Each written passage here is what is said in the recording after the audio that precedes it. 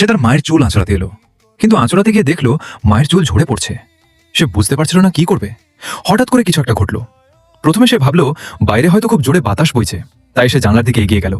কিন্তু যখন সে ফিরে তাকালো তখন দেখলো তার মা ঠান্ডা দৃষ্টিতে তার দিকে তাকিয়ে আছে। দ্বিতীয় সন্তান হঠাৎ মাথা ঘুরে পড়ে যায় এবং ঘর থেকে বেরিয়ে যায়। আন্না তার ভাইয়ের ব্যাপারটা শুনে সঙ্গে সঙ্গে বুঝতে পারলো কিছু একটা ঠিক নেই। তাই পরের দিন আন্না তার বাবার কাছে গিয়ে অনুরোধ করলো যেন তিনি পরিবারটাকে এই অদ্ভুত বাড়ি থেকে নিয়ে যান। কিন্তু বাবা তার কথা শুনে কোনো উত্তর না দিয়ে সরাসরি তার স্ত্রীর ঘরে গিয়ে কিছু বললেন।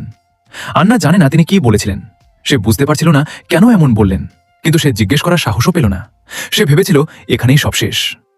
এক রাতে একটি বেজে ওঠা ঘণ্টার শব্দে আন্নার ঘুম ভেঙে যায়। সে উঠে মায়ের ঘরের দিকে যায় এবং দেখে তার মা জানলার সামনে দাঁড়িয়ে আছে। আন্না খুব খুশি হয়, কারণ সে ভাবল তার মায়ের 10 বছরের পুরনো পায়ের সমস্যা হয়তো ভালো হয়ে গেছে। কিন্তু যখন সে মায়ের শরীর স্পর্শ করল তখন আবার সেই ঘণ্টার শব্দ বেজে উঠল। আন্না ফিরে তাকিয়ে দেখে তার মা আসলে বিছানায় শুয়ে আছে।